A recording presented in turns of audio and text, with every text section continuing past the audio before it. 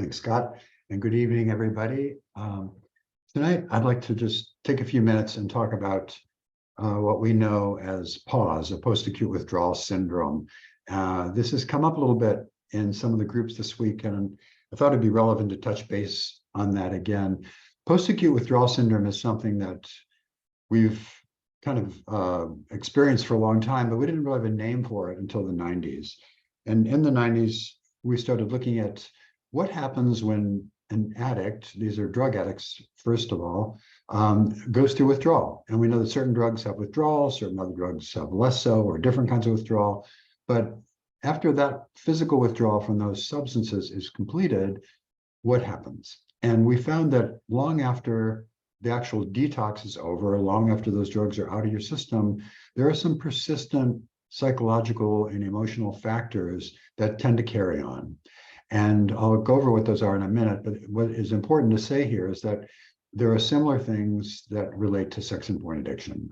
This started out with observations on substance users, but it's relevant to everybody in terms of addiction. But let me first of all talk about what this is. So again, it's PAWS, P-A-W-S, Post-Acute Withdrawal Syndrome, and it lasts up to about 6 months or so, or can last up to about 6 months or so. And it's really a roller coaster of symptoms that kind of come and go unexpectedly. And we talk about that roller coaster quite often with the addict and the partner in our scenarios here with sex addiction. And oftentimes, one is up, one is down, right? There's often not a good match of where people are at in the early months of recovery. And some of that might be due to post-acute withdrawal. It's commonly observed in recovery. As I said, it's not a medical diagnosis per se, but it's a thing, and we do watch it, and we are familiar with it. And I always like to make clients familiar with it as well, because it'll help explain, I think, a lot of their subjective experience as they're going through this. It sure feels like withdrawal, although their doctor may be telling them you're over it. Well, you're not over the post-acute. So what does it look like? It's first of all, irritability, hostility, short-tempered, being really kind of at times nasty. And this is one of the hallmarks of sex addiction withdrawal too, and porn addiction, the irritability, the short-temperedness, this frustration over things. That's a real typical post-acute withdrawal. It can affect moods too, depressive symptoms, depression per se, along with anxiety, and all the mood swings between the two, and other feelings as well. So people are kind of all over the place emotionally. You start to feel like you're a little bit grounded, and something can pull you out of your center, and you're often kind of flying again, feeling very ungrounded. It can also be a time of very low energy and a lot of fatigue, easily fatigue. Low energy is, I think, sometimes due to the brain changes, this anhedonia we often speak of, the inability to experience pleasure, which is really more kind of a cousin of depression, but it also can contribute to this low energy state.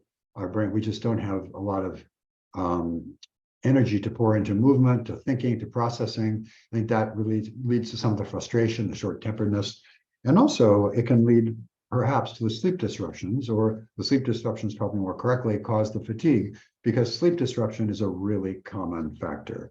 I know in my own recovery from alcohol, it went on almost 2 years, my sleep was really disrupted, and I think that was not so unusual.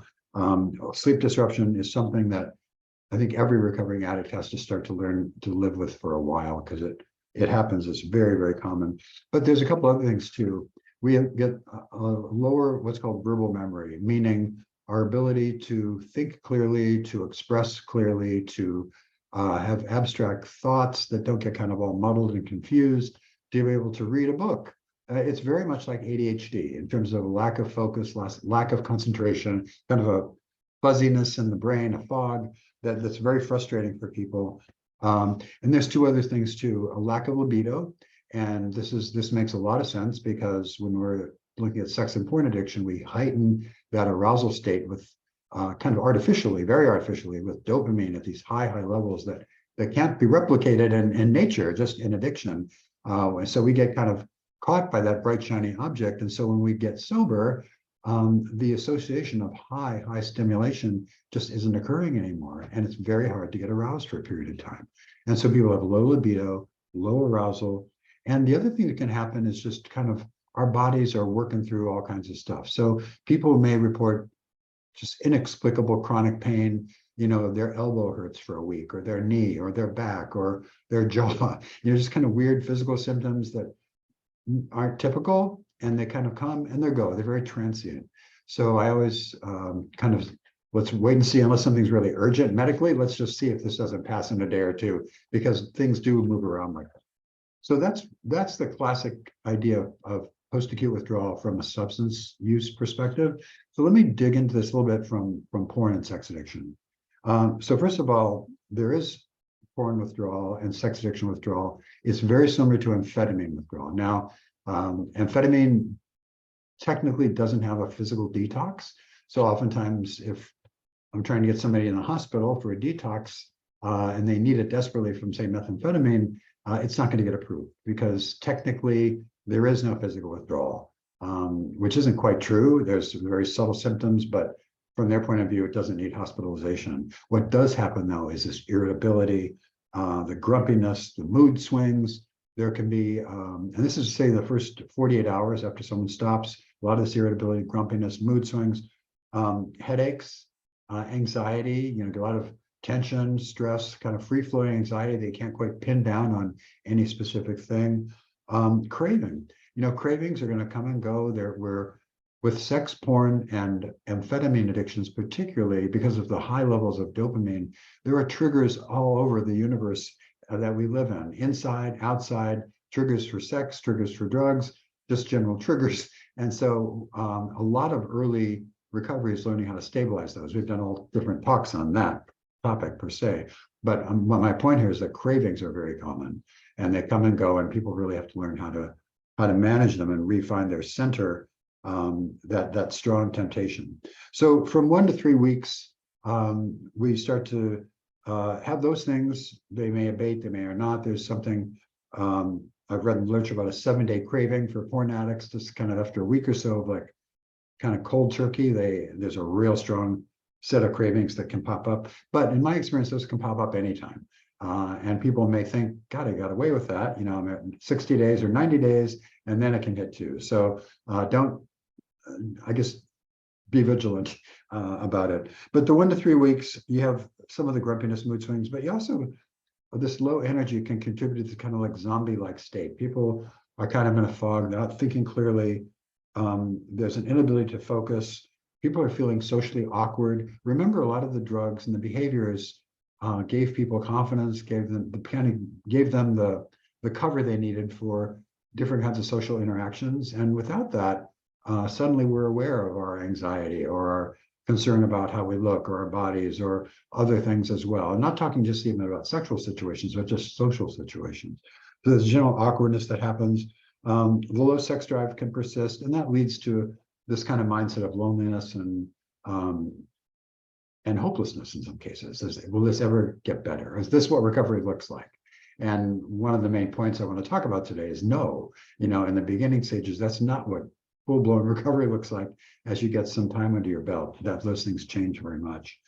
And then, from the day 30 to 60 and out to 90, a lot of random temptations, a lot of outbursts of overwhelming emotion. Suddenly people will be in tears. Sometimes people will be angry. They'll still have sleep problems. So in other words, kind of all over the map. And so a lot of skills are required and a lot of skills to be used. And so I just want to finish up by talking about what can we do? How can we manage some of these things that come with post-acute withdrawal?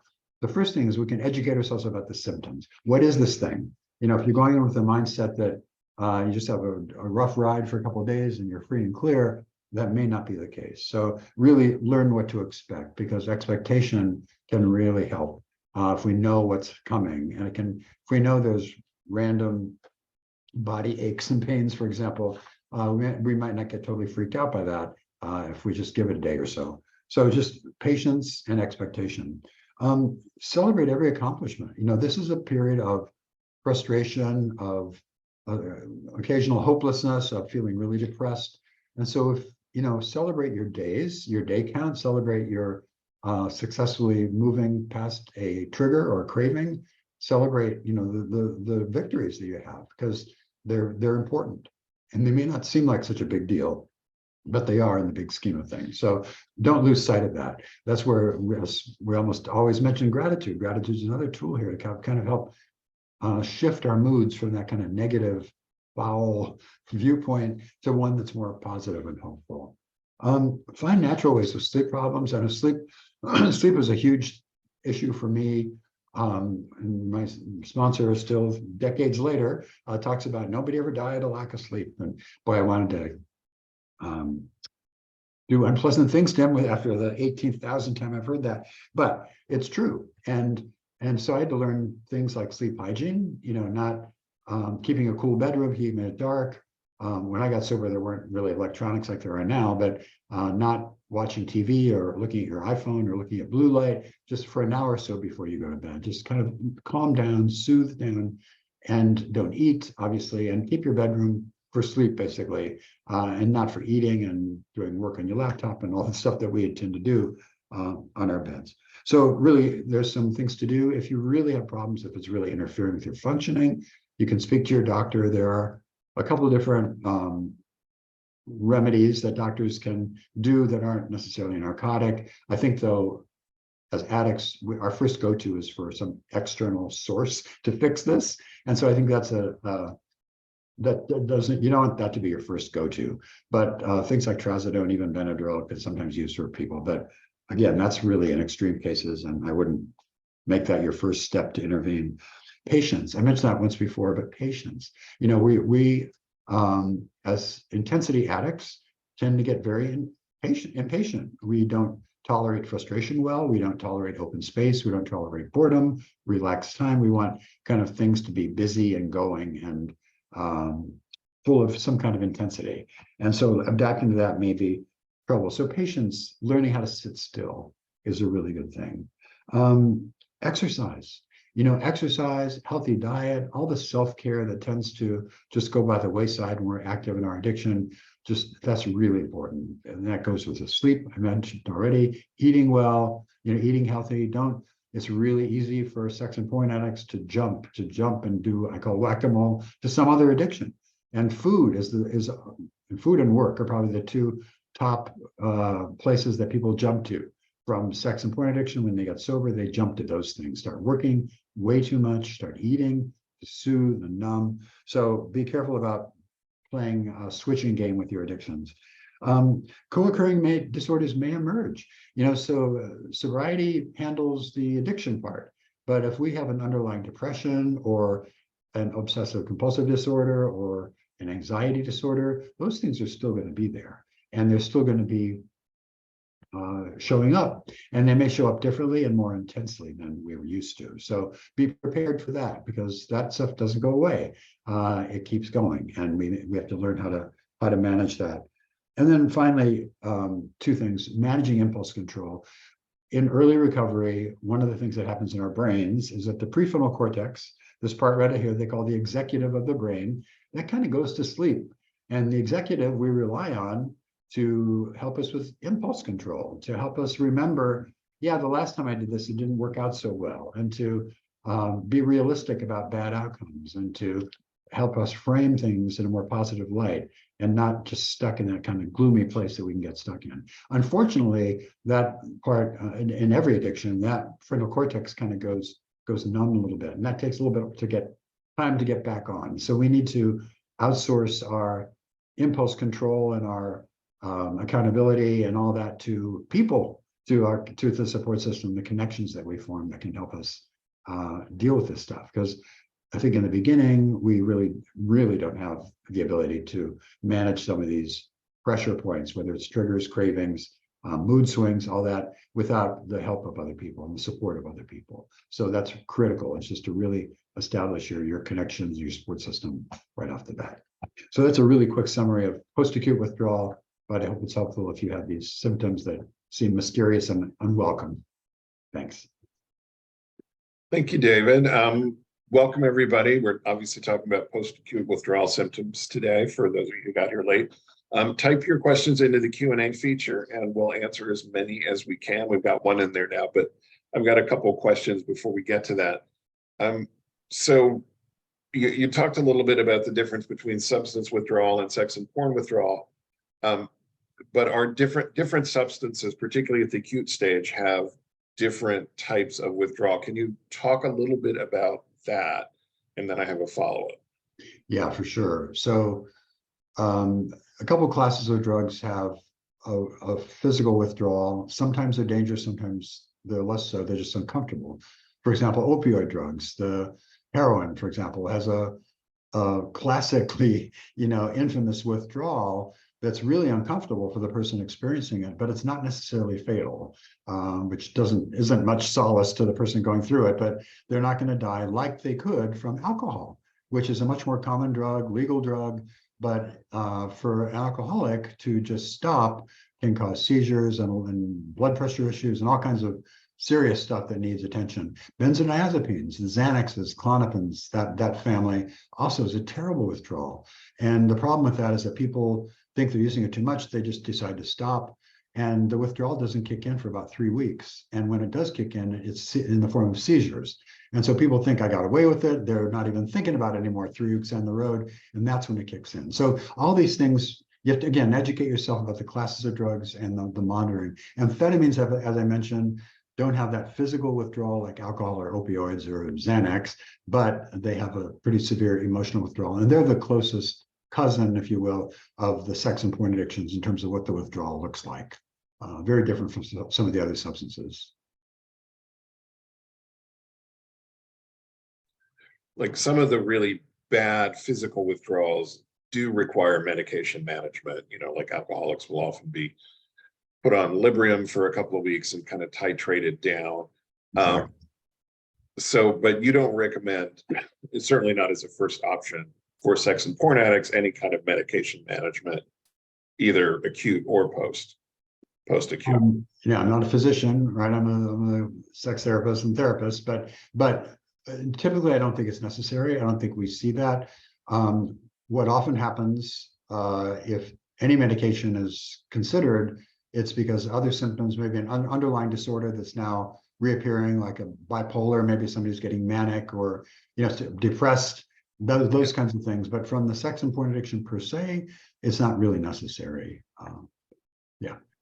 Yeah, and do you think, and this is kind of a question out of the blue, that post-acute withdrawal symptoms are related in any way to the anhedonia that some people might be experiencing as the result of what we do to the reward center in our brain? We reduce our ability to experience pleasure through our addiction. And it generally takes, 6 months to a year for the brain to heal. Which you also meant that this is what triggered the question is you also mentioned like 6 months or so for PAWS, post-acute withdrawal, to abate. Are they related? Are they or unrelated? It's such an interesting question. I've always felt they were related, although I don't know of any research that has looked at that. But just real quickly for people, what happens with these high intensity addictions like sex and porn and amphetamines, even for that matter, the brain just can't cope with all the dopamine that these addictions throw off. And so it literally starts to kill off its own dopamine receptors. So there's fewer of them in the brain. And so the brain is managing less dopamine in the face of all this intensity. That's called dopamine downregulation. That takes a while to reverse. So if I get sober today, my brain has to literally regenerate a lot of those dopamine receptors and get back to normal.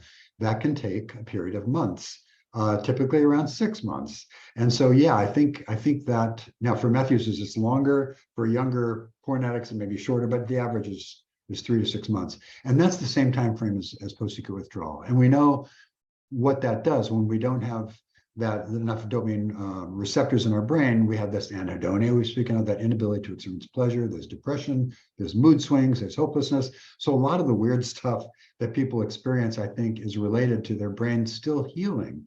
And that's another really important point that a lot of people don't realize. Our brain has physical changes as a result of these addictive behaviors. It's not just a behavior. Our brain is adapting to it with these dopamine systems as we go, and that takes time to reverse. And as in meth users, it's the most dramatic damage to the brain, but that takes up to 24 months. Sex and porn addicts are not nearly that long to recover, but in terms of the brain, but it's a good 6 months for sure. Yeah, and I'm not one to push any kind of drugs, but with the anhedonia, a a lot of times people will go on an SSRI or something so they can just make it through the day without wanting to, frankly, slit their wrists in early recovery. How do you feel about that? When is that not required, but a good idea? When is it not a good idea? Yeah, I mean, I think in early recovery, whether they know it or not, like clients that come to Seeking Integrity in LA we're really carefully watching them to see for these symptoms. And sometimes we will make a recommendation that they do a psychiatric consult to maybe start an antidepressant. And I think it's when people are going high or low, right? There's obviously those mood swings, that roller coaster, that's normal. But sometimes people can go really, typically lower than high. We sometimes manic folks, but the depressive piece, somebody has a tendency toward depression, and the SSRIs are a relatively benign, antidepressant that puts a lower limit. It actually puts an upper limit too, but the lower limit keeps people from dropping into the basement mood-wise, basically. The other time I've seen it really useful, again, not so much for sex and porn addicts, but for methamphetamine addicts, where these days the meth is so strong that people are getting really psychotic and paranoid. And when I started working with meth 30 years ago, a couple of days off the meth, it would go away. The meth is so strong now, we're seeing people with those ongoing, really uncomfortable psychotic things. I mean, really believing there's sort of groups of people out following them, and there's cameras in the air conditioning vents and stuff. And in those cases, there's a lot of relief by antipsychotic meds. The same ones we would give to somebody who's seriously ill, like with schizophrenia, but at much lower doses. And they just take the edge off that paranoia, which does help the person. That's very distressing if you're in the middle of it, because you don't know what to believe. And it's really scary. So in those cases, which I consider kind of extreme, that's when I recommend it. Thank you. One last question for me. Type your questions into the Q&A feature. We got a couple of them. We'll definitely get to those. We'll need some more. You talked about substance abuse withdrawal and sex and porn withdrawal. What about chemsex? Are there any differences there? Does it look more like one versus the other? Does it, obviously, I guess it's going to matter which drugs are being used as part of the chemsex, but, is it worse? Is it, I think, the chemsex drugs are mostly amphetamines or amphetamine relatives, and none of those have the physiological withdrawal like heroin or alcohol or benzodiazepines. So we don't have that physical piece, but we do have all the stuff I mentioned, the irritability, the grumpiness, the foggy brain, all that. And I think it's the same thing, but I think it's probably typically a little worse. And that is simply because if meth is involved, meth is just that much stronger. Relatively speaking, cocaine and porn are roughly similar in churning out about 3.5 times the normal level of dopamine. Methamphetamine is 13 times. So you can see meth is just a more powerful drug. And so we quit it, the symptoms of quitting it are stronger and sometimes worse. But it's very similar to the sex and porn. That's why it's very comfortable treating those three things as Seeking Integrity. The chemsex plus the sex plus the porn, it's all almost interchangeable in terms of the treatment approach, how it is. Just chemsex clients tend to be a little bit more extreme in terms of the depression and as I said, some of the psychosis and that sort of thing. Okay. Thank you. Okay, we got a couple questions here. This first one, I'm going to break into 2 questions because I think they're really separate questions here. Is it smart for a woman to date if she only makes SSDI, so Social Security Disability Insurance? Is it dangerous to date someone who makes more than you in case they take advantage of you for making less than them? If you barely make enough to ends meet, is it wise to not date until you find a better job? So I'm going to stop there. So finances and dating, any thoughts there? Yeah, it's a really interesting question. One of the patterns we see in our sex addicts that come to treatment, sometimes, the sex in terms of sex addiction often involves power, control, sometimes exploitation, conquest, the intensity of all that stuff. And we will see sometimes guys who, are doing well in life, who, when they're affair partners, they always choose people who are living as servers in restaurants, or, paying their way through college, but not there yet, or making some kind of minimum income. And oftentimes the addict will look at that as being helpful. And because their relationship is sort of transactional, there may be some money exchange. But I think when you speak to the women on the other end, they may not think of it as so helpful. It's clearly a transaction.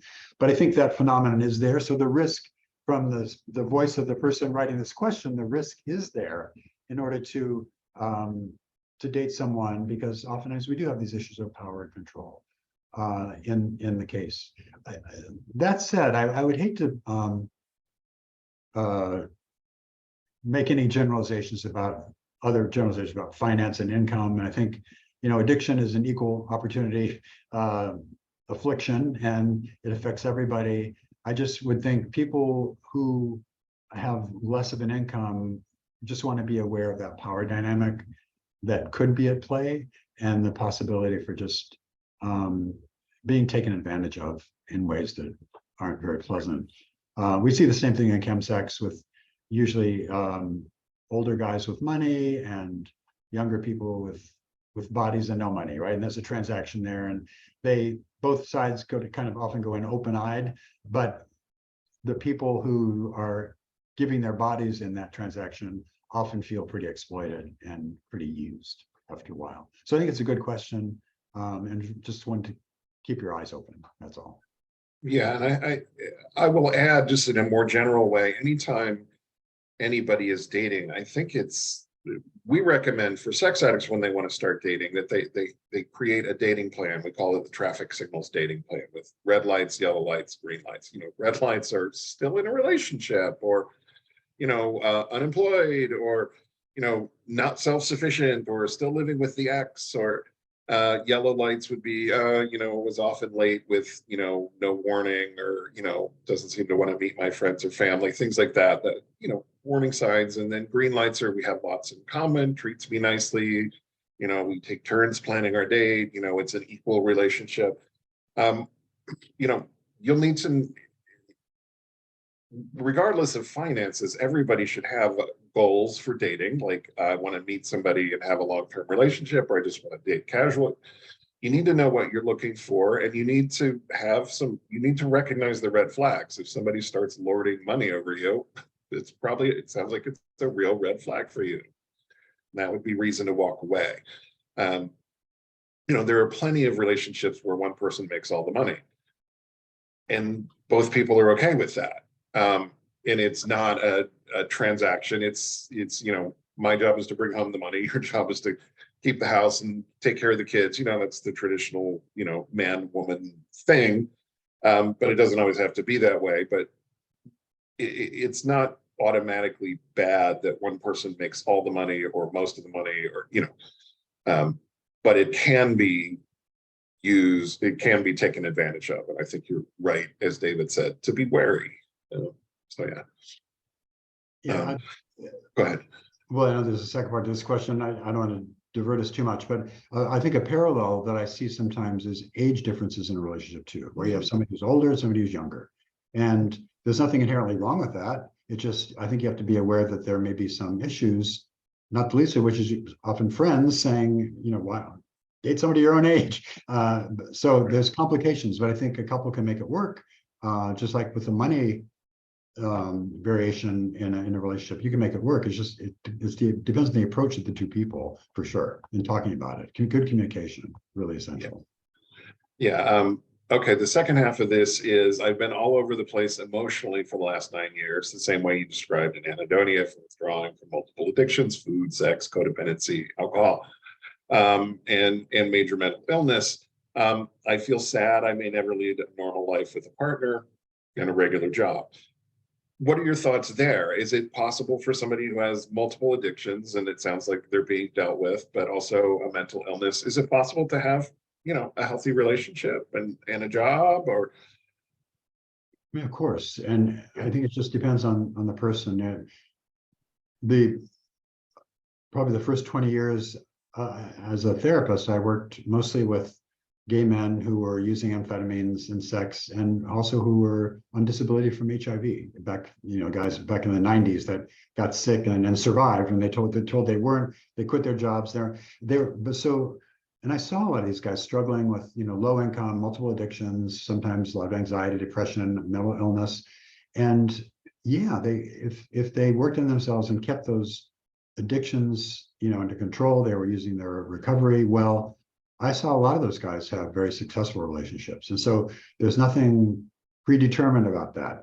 I think it's just a matter of, it's more complicated, right? Because there's more things to kind of keep stabilized.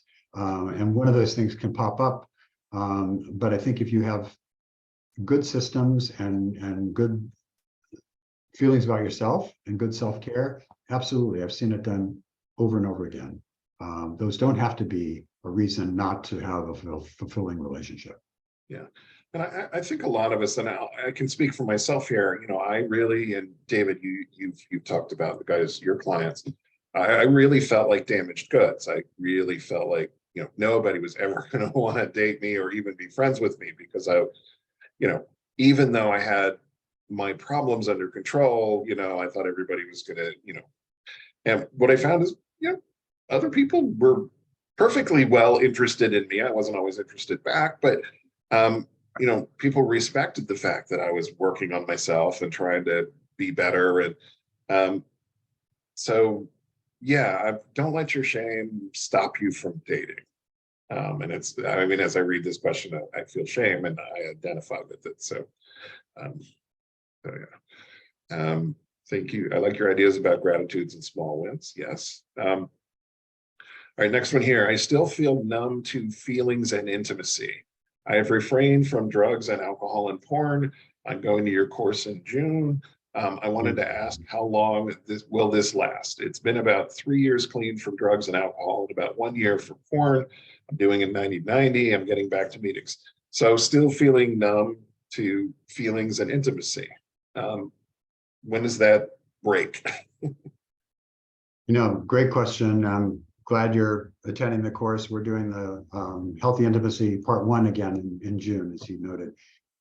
I think this is so highly individualized. I think everybody has some issues in terms of moods and interactions with other people and social awkwardness and all that stuff for a while.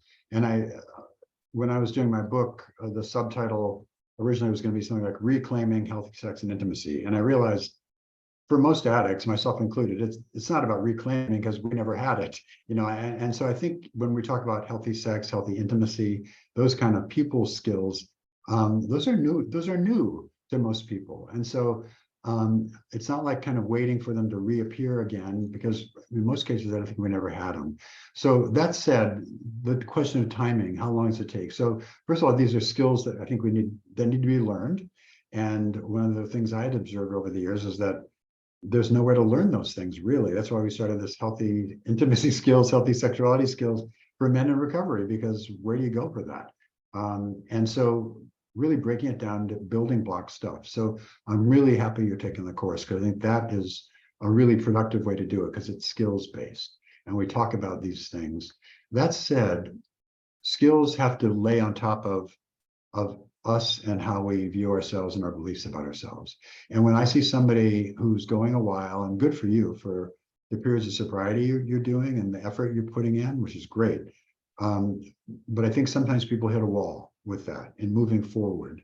And it can show up in step work, where people maybe gets caught up on step 4 or even on the amend steps down the road, but somewhere they can't seem to push through. And in my experience, a lot of that has to do with either two things: either unresolved trauma that's still there, that's really affecting how we view the world and steering a lot of our emotional currents, usually into anxiety or some other kind of fear-based thing. So trauma, or these core beliefs, negative core beliefs, like I am. Scott just mentioned one: I am damaged goods, or I feel like damaged goods. I'm unlovable. I'm unsafe. I can't trust anybody. No one's ever going to love me like I am.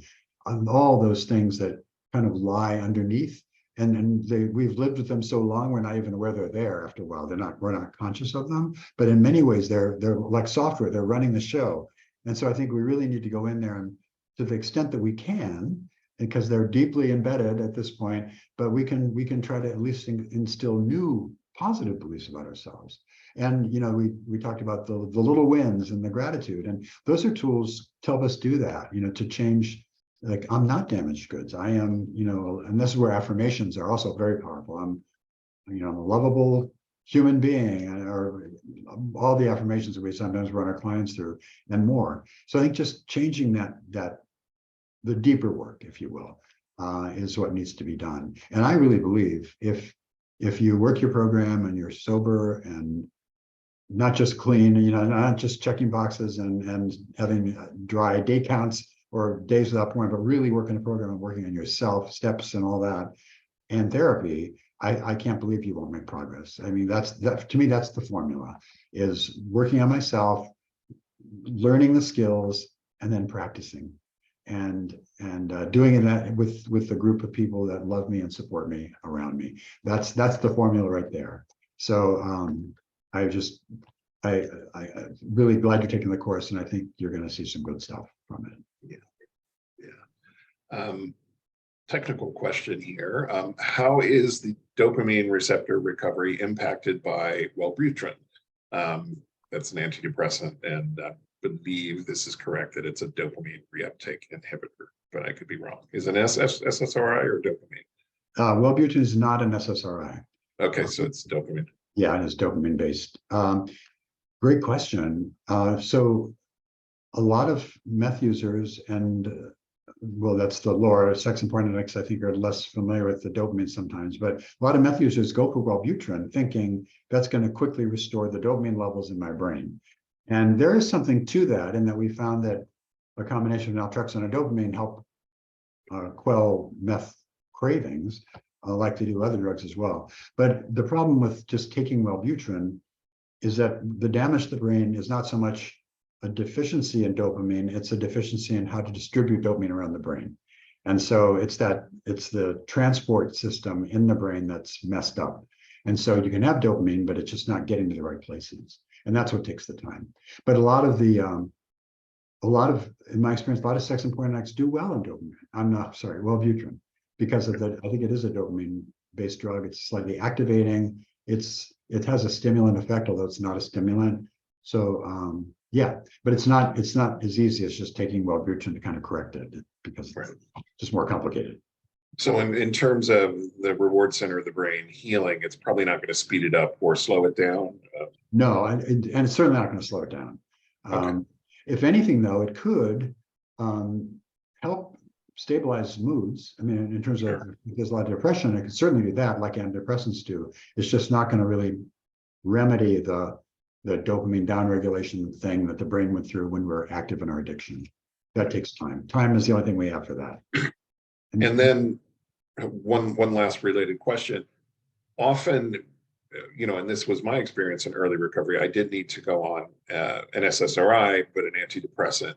And once my brain had crawled back to normal, I was able to go off of the antidepressant because I wasn't depressed anymore. I wasn't dealing with the anhedonia caused by the addiction because the brain had healed from that. Do you see that fairly often? Is that a normal pattern, or do people stay on the antidepressants forever? I had the same experience, and so I think it is fairly common for people to do that. I think I was one of those that really resisted. I had a sponsor that was like, no medication under any circumstance, which I think was a real disservice to me, frankly. And again, neither you nor I are pill pushers per se, but if you're really suffering from a depressive disorder in recovery, whether it's due to your own brain chemistry or the state you're in from addiction withdrawal and addiction recovery, if you need it, you need it. I had the same experience, Scott. I took it for a while, and then I can't remember, probably a year, maybe. I thought I'm going to try it without it because I didn't seem to need it anymore, and the symptoms didn't come back. So I think it was very definitely a period of time, and I do see that in a lot of clients. Now, the one exceptions to that I've seen, again, the methamphetamine kind of exception. Meth is so extreme and powerful that meth users often tend to need a mood stabilizer or something to help them from going into the depths of depression, even down the road. So that's the one where I think people tend to use antidepressants longer, but it's highly variable. And by the way, if you need it, you need it. There's no issue of pride here or anything like that. If I just do it in consultation with your doctor, your sponsor, be honest with yourself. You know, we as addicts, I think, have a tendency to look for those external fixes. And so you really want to be conscious of that. But I think a lot of people do use an antidepressant to get them through this period of pause, maybe a little longer, and then they get off it. Okay, so this next question is from a betrayed partner. The partner and the addict are both active in recovery for nearly 2 years, CSAT, sports groups, 12-step. They've just started couples counseling. The question is, the addict has ADHD. How does this impact his recovery and our couples work? Are there different tools and resources that will be needed? So how does ADHD affect addiction and recovery? So ADHD, attention deficit hyperactivity disorder, is a very common co-occurring disorder with sex and porn addiction. I forget the exact numbers, but it's around 20%, a fairly high number of people. And there's, Scott, I don't know if you can find the podcast link, that might be useful. There's some people that have done work in this area that talk about the necessity of medications for ADHD to help stabilize. The problem there is that a lot of people, I think, are improperly or misdiagnosed with ADHD and given the amphetamine drugs to remedy it. And there's a lot of abuse that goes in there. So it's a confused playing field, because sometimes some people really need it and other people don't necessarily need it, and they're kind of being impacted by the drug. But to your question, ADHD impacts everything, right? It impacts the ability to focus and concentrate and stay on topic. And that can be quite maddening if you're in a couples situation trying to work on yourselves and work on the relationship. And in couples therapy, the relationship is the client. And so that can be, I'm sure, so frustrating at times. That said, if the person with ADHD needs medication, I think they should get evaluated for that. That should go a long way toward helping. Medication plus certain cognitive behavioral therapies seem to be the best remedy for that too. There's different mental skills we can learn to deal with it. But I think where it probably has an impact, and maybe slow it down a little bit, is one of the tasks, I think, for the addict in couples work and relationships is learning how to experience compassion and empathy.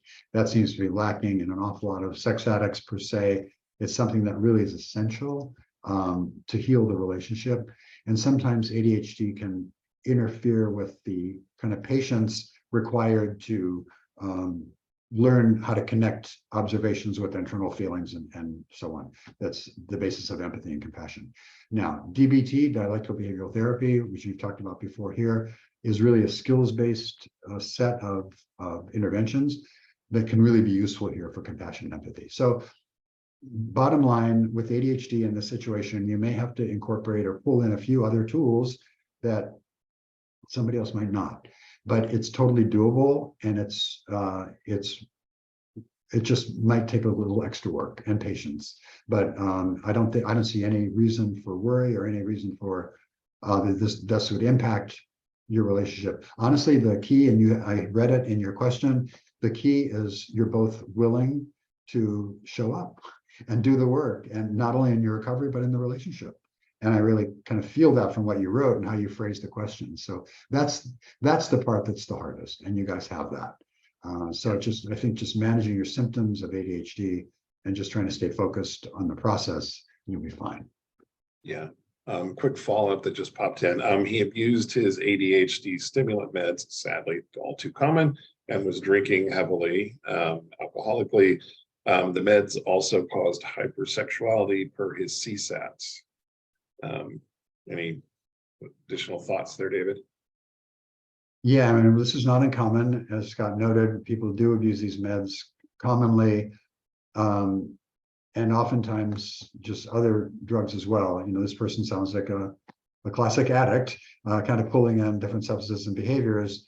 Alcohol is a very common one, just for its numbing effects, its disinhibiting effects. It's, you know, it's a common place for people to go. So the couple's work is going to be badly impacted by all that. And so I assume you're kind of back on track with those issues, because that's going to be really critical for you to do in terms of that. Okay, I'm going to go a little bit out of order here. David, you're teaching on Mondays. You've got your part 2 for the sex and intimacy work group. Yes. And now the question is, Monday is Memorial Day. Are you taking the day off, or is there class? There is class. We don't have, there is no day off in my life these days, it seems. Yeah, we're planning on having class.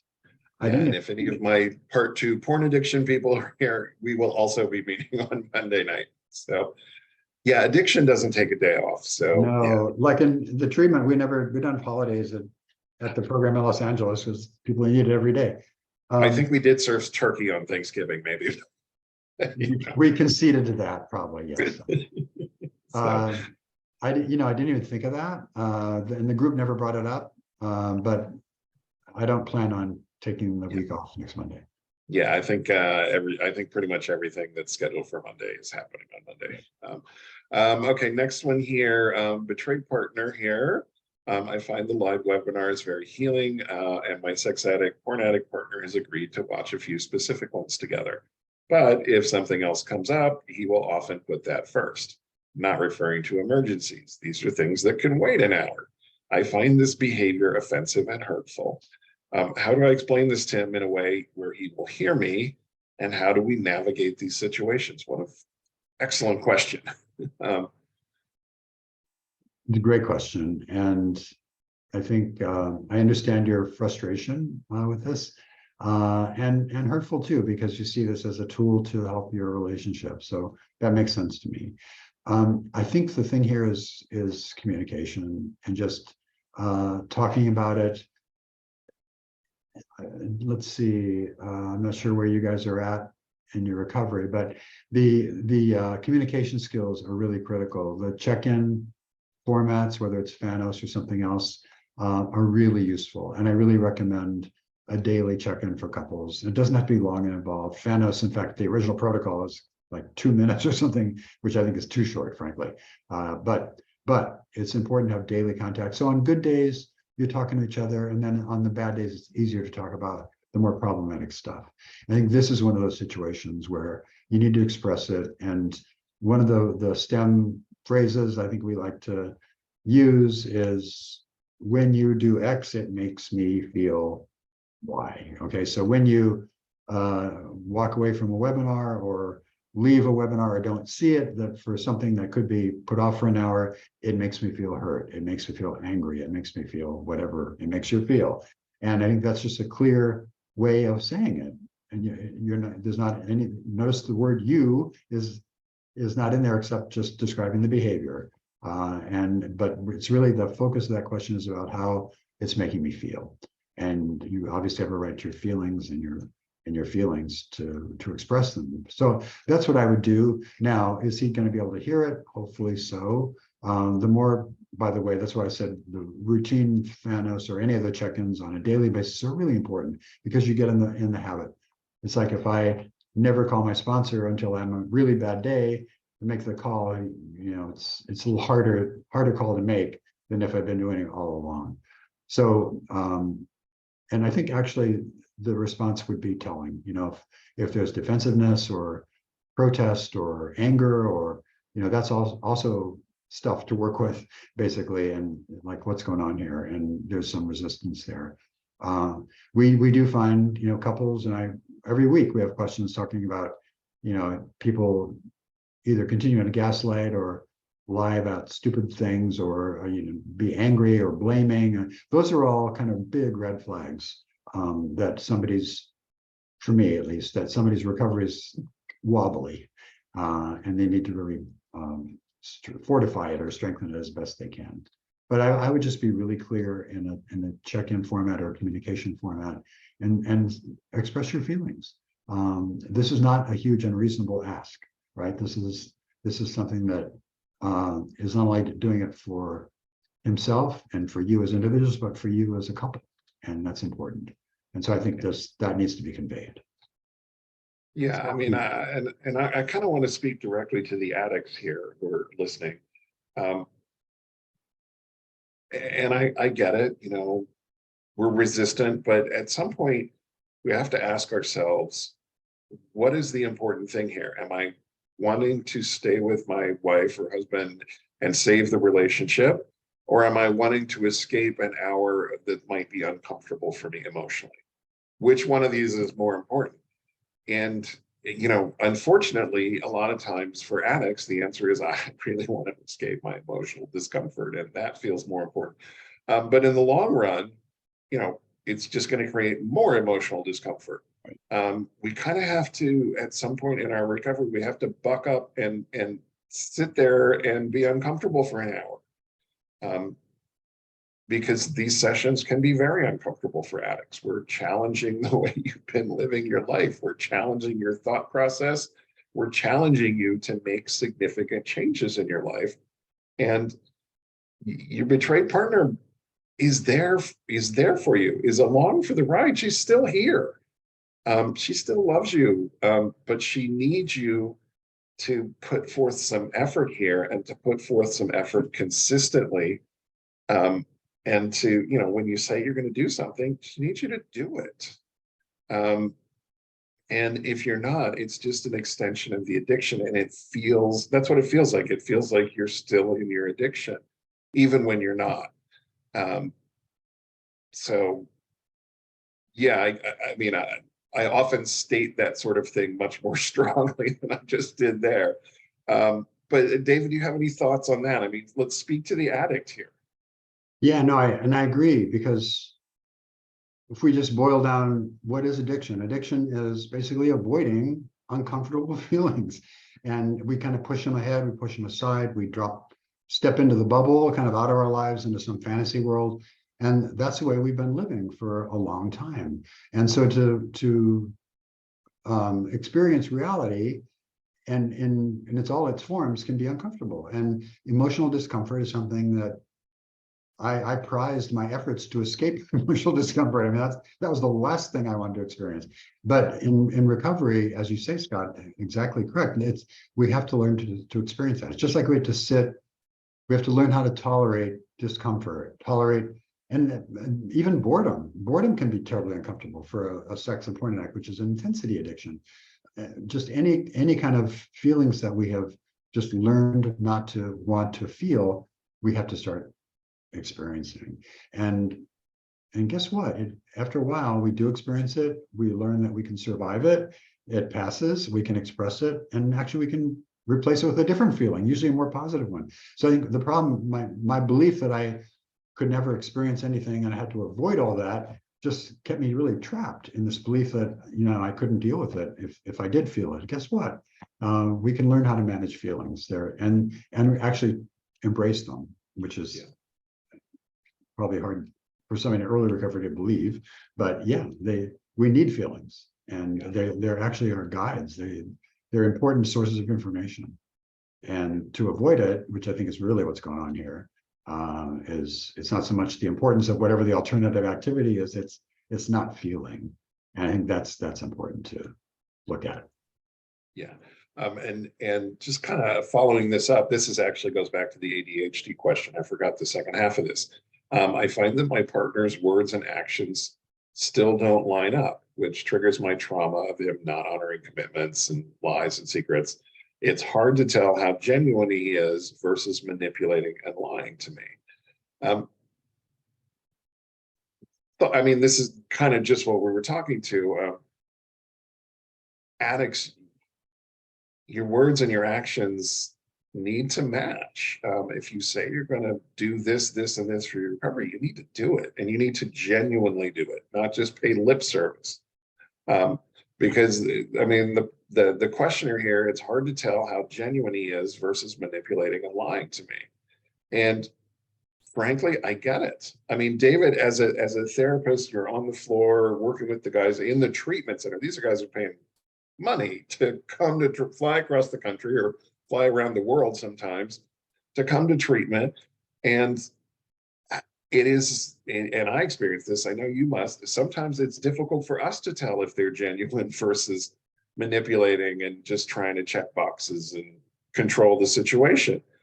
How do you do that? How do you deal with that? How do you break through that? Well, it's a good question. The, We are the not mind $1 million readers. question. We are not mind readers. A lot of our clients will talk about being in therapy for years and lying to their therapist all that time. Just waste of money, waste of time. But it's the defensive piece. But yeah, I think we can coax and confront and ask nicely or pound on people or whatever we need to do. And unless the person at some point is willing to open up, willing to drop their guards a little bit, we can't make them do anything. So that there's this idea of willingness, especially around the first step, and surrender, and all those ideas that paradoxically actually lead to a lot of freedom.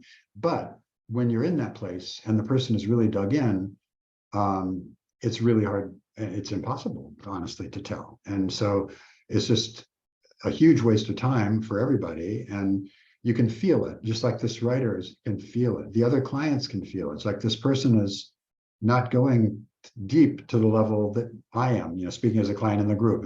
I'm being vulnerable. I'm opening up. I'm learning things about my life. This other person is sharing at a very shallow level. They're very guarded. And I'm sure that's coming from a place of fear, of all kinds of things.